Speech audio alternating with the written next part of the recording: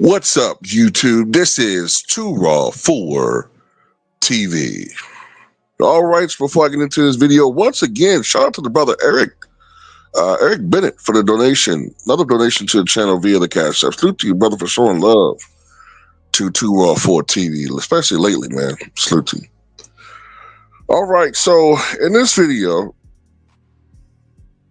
I want to talk about, I think this is the biggest issue with LeBron fans that we all have, and that is that they are the biggest hypocrites in sports. Their arguments are very easy to combat and dismantle because they contradict themselves all the time. They think they're making some good points until you blindside them with irrefutable facts. And then that's when they scatter like roaches, then they congregate with each other, try to recalibrate their message / argument, only to be dismantled thoroughly once again. So the thing that LeBron fans love to brag about is LeBron's most points record, right? But when you bring that up, the most points record, right? Then they'll, as the point we're trying to make is, okay, yeah, he has the most points, but he also has the most missed shots. And what makes the most missed shots record stunning is that this is the same guy who has scored approximately half of his points in the paint. Half of his points have come in the paint. So for him to have the most missed records is pretty impressive. And I'll give you an example I'm talking about here. For almost 40 years, Kareem Abdul-Jabbar had the record for most points scored, but he did not have the record for most missed shots. Initially, it was Hondo Havlicek, who scored 26,000 points compared to Kareem's 38,000. And then after that, Kobe Bryant did pass Hondo, but Kobe had 33,000 points compared to Hondo's 26,000. Kobe, and remember, LeBron fans love to bring up Kobe being the missed shots leader, but Kobe, about half of his points came from the mid-range. So half of Kobe's points came from mid-range and three-point range, whereas half of LeBron's points have come in the paint. But yet he still is the all-time missed shots leader. That shows you how truly inefficient LeBron James' jump shot is. And that's the point they don't want to make. That's the point that they don't want us making.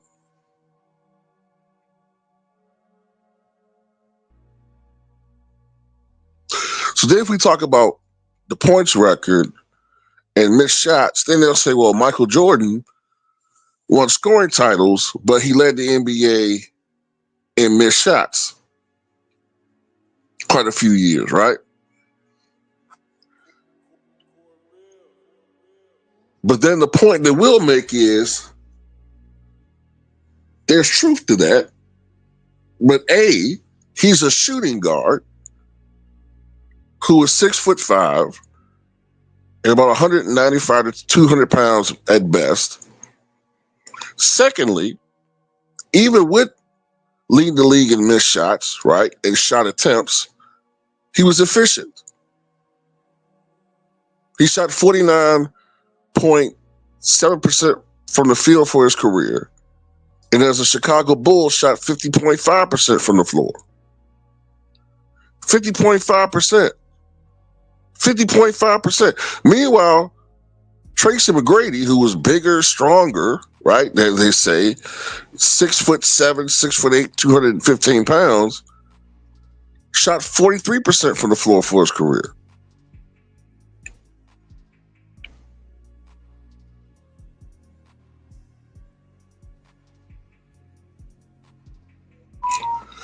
So this is the back and forth that we tend to go with these guys. By the way, LeBron James is likely going to pass Robert Parrish for most missed games. Excuse me, for most games played in an NBA career. Robert Parrish played in 1,611 games. So what we're getting at is, if you're going to say that Michael Jordan benefited from playing fewer games, as far as his averages are concerned, because that's kind of what the argument they want to make. Well, at the same time, LeBron James benefits from his longevity. Because we already just showed, if you compare what Michael Jordan did in the 1,072 games he played in the regular season versus LeBron's 1,072 games his first 15 years or so of his career, LeBron's behind Michael in accomplishments and numbers. I think the only advantage he had really was rebounds overall and assists. And he was way behind Michael Jordan when it came to offensive rebounds. Matter of fact, he just passed Michael Jordan in total offensive rebounds like his 21st season in the league. Remarkable. He still trails Michael Jordan in career steals. Even though he's played all these goddamn years. Amazing. But Michael Jordan already stated in an interview long time ago, he said if he was motivated by numbers, like somebody we know, he said, I would have never retired. If I was totally focused on myself and numbers, I would have never retired back in 93. I would have kept playing. But numbers were not what drove him. Oh, sure, maybe the first couple of years of your career, you kind of want to show what you could do. You want to show that you belong in the league, and you're a little bit more fixated on numbers. But as you begin to play the game, anybody that's really truly about basketball, the ultimate goal is to win a championship.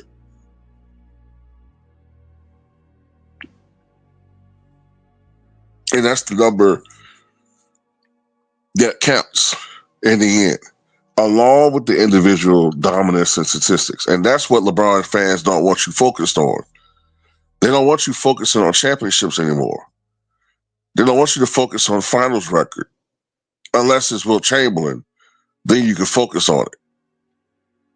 But as I said before, Wilt Chamberlain didn't have the benefit of being kumbaya with a plethora of superstars. He didn't have the benefit of, free agency. Salute to Oscar Robertson for helping to bring free agency to the NBA. He didn't have that advantage. Wilt was dealt the hand he was given.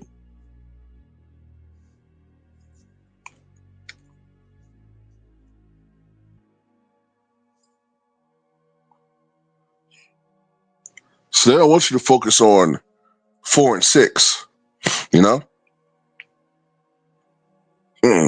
want you to focus on 4 and 6 at all. And now they're trying to dismantle 6 and 0.